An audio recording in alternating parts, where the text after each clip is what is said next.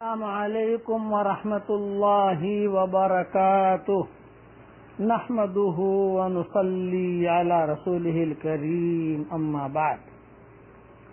روزے کے متعلق، رمضان کے متعلق یہ سبق ہے اور مضمون چل رہا تھا کہ رمضان کے مہینے میں غیبت سے خاص طور سے بچنا چاہیے۔ حدیث شریف میں آتا ہے، قرآن شریف میں اللہ تعالیٰ نے غیبت کو اپنے بھائی کے مردار گوشت سے تعبیر فرمایا ہے۔ اور ایک مرتبہ حدیث میں قصہ آتا ہے، حضور صلی اللہ علیہ وسلم نے ایک مرتبہ چند لوگوں کو دیکھ کر ارشاد فرمایا کہ دانتوں میں خلال کرو۔ انہوں نے عرض کیا کہ ہم نے تو آج گوشت چکھا بھی نہیں۔ تو حضور صلی اللہ علیہ وسلم نے فرمایا، فلاں شخص کا گوشت تمہارے دانتوں کو لگ رہا ہے۔ معلوم ہوا کہ ان کی غیبت کی تھی۔ اللہ تعالیٰ اپنی حفاظت میں رکھے کہ ہم لوگ اس سے بہت ہی غافل ہیں، بہت ہی غافل ہیں، بہت ہی غافل ہیں۔ ہمارا مسلمانوں کا طبقہ جو ہے اس سے بہت ہی غافل ہے۔ عوام کا ذکر نہیں، خواص مبتلا ہیں۔ ان لوگوں کو چھوڑ کر جو دنیا دار کہلاتے ہیں، دین داروں کی مجالس بھی بالعموم اس سے کم خالی ہوتی ہیں۔ اس سے بڑھ کر یہ ہے کہ اکثر اس کو غیبت بھی نہیں سمجھا جاتا۔ اگر اپنے یا کسی کے دل میں کچھ کھٹکا گناہ ہونے کا احساس بھی پیدا ہو تو اس پر اظہار واقعہ کا پردہ ڈال دیا جاتا ہے۔ اس لیے اس کا خاص خیال رکھیں کہ غیبت سے اپنے آپ کو ضرور بچائیے، اس لیے کہ بہت بڑا گناہ ہے، حرام ہے۔ ایک حدیث اور سن لیجئے کہ حضور صلی اللہ علیہ وسلم جب معراج میں تشریف لے گئے، دوزخ کے معائنے کے وقت میں کچھ ایسے لوگوں کو دیکھا جو مردار کھا رہے تھے۔ آپ صلی اللہ علیہ وسلم نے حضرت جبریل سے پوچھا کہ یہ کون لوگ ہیں؟ تو حضرت جبریل نے جواب دیا، یہ وہ لوگ ہیں جو دنیا میں لوگوں کا گوشت یعنی ان کی عزت کھاتے تھے، یعنی غیبت کیا کرتے تھے۔ یہ حدیث ترغیب ترہیب میں ہے، جلد 3 صفحہ 330 پر یہ حدیث ہے کہ غیبت کرنے والوں کو یہ عذاب حضرت جبریل نے بتایا۔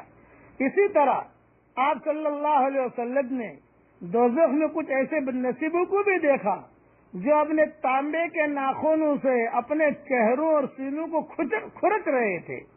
ان کے بارے میں پوچھے جانے پر حضرت جبریل علیہ السلام نے فرمایا، یہ وہی لوگ ہیں جو لوگوں کا گوشت کھاتے تھے اور ان کی عزتوں سے کھلوڑا کرتے تھے۔ یہ حدیث ابو داؤد شریف میں جلد 2 صفحہ 670 پر، اور یہ حدیث بہقی میں بھی ہے، اور یہ حدیث ترغیب ترہیب میں بھی ہے، جلد 3 صفحہ 330 پر ہے۔ اسی طریقے پر لمبی حدیث میں ایک یہ بھی ہے کہ حضور صلی اللہ علیہ وسلم جب سفر معراج میں تشریف لے گئے، کچھ ایسی عورتوں اور مردوں کو دیکھا جو سینوں کے بل لٹکے ہوئے تھے۔ تو حضور صلی اللہ علیہ وسلم نے ارشاد فرمایا کہ جبریل یہ کون ہے؟ پوچھا کہ جبریل یہ کون ہے؟ تو جبریل نے کہا، ہؤلاء اللمازون والہمازون، یہ زبان اور آنکھ کے اشاروں کے ذریعے غیبت کرنے والے ہیں۔ یہ زبان سے بھی غیبت ہوتی ہے، آنکھ کے اشاروں سے بھی غیبت ہوتی ہے، یہ یاد رکھنا، کسی کو برا اشارہ نہیں کیجیے آپ۔ یہ حدیث بہقی میں ہے اور ترغیب ترہیب میں بھی ہے۔ اسی طریقے سے حضور صلی اللہ علیہ وسلم نے غیبت کرنے کو سود سے بھی زیادہ برا کہا ہے۔ یہ حدیث بھی سن لیجئے۔ سود کے 70 سے زیادہ دروازے ہیں، ان میں سب سے کمتر سود کے دروازے کا گناہ ایسا ہے جیسے نعوذ باللہ کوئی شخص اپنی ماں سے اسلام کی حالت میں زنا کرے۔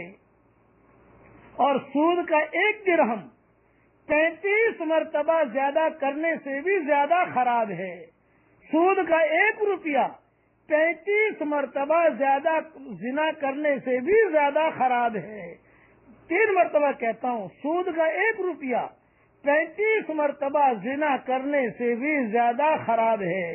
اور سب سے سخت ترین سود، بدترین سود، سب سے بڑا سود سب سے خراب سود کسی مسلمان کی عزت اور حرمت کو پامال کرنا ہے۔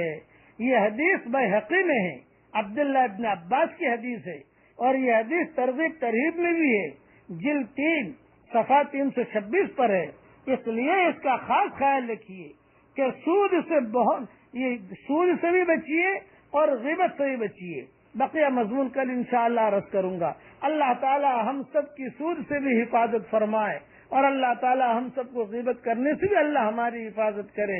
یہ میری دعا مدینہ منورہ سے اللہ میرے لیے بھی قبول کرے اور ہم سب کے لیے قبول کرے۔ السلام علیکم ورحمۃ اللہ وبرکاتہ، وآخر دعوانا ان الحمد للہ رب العالمین۔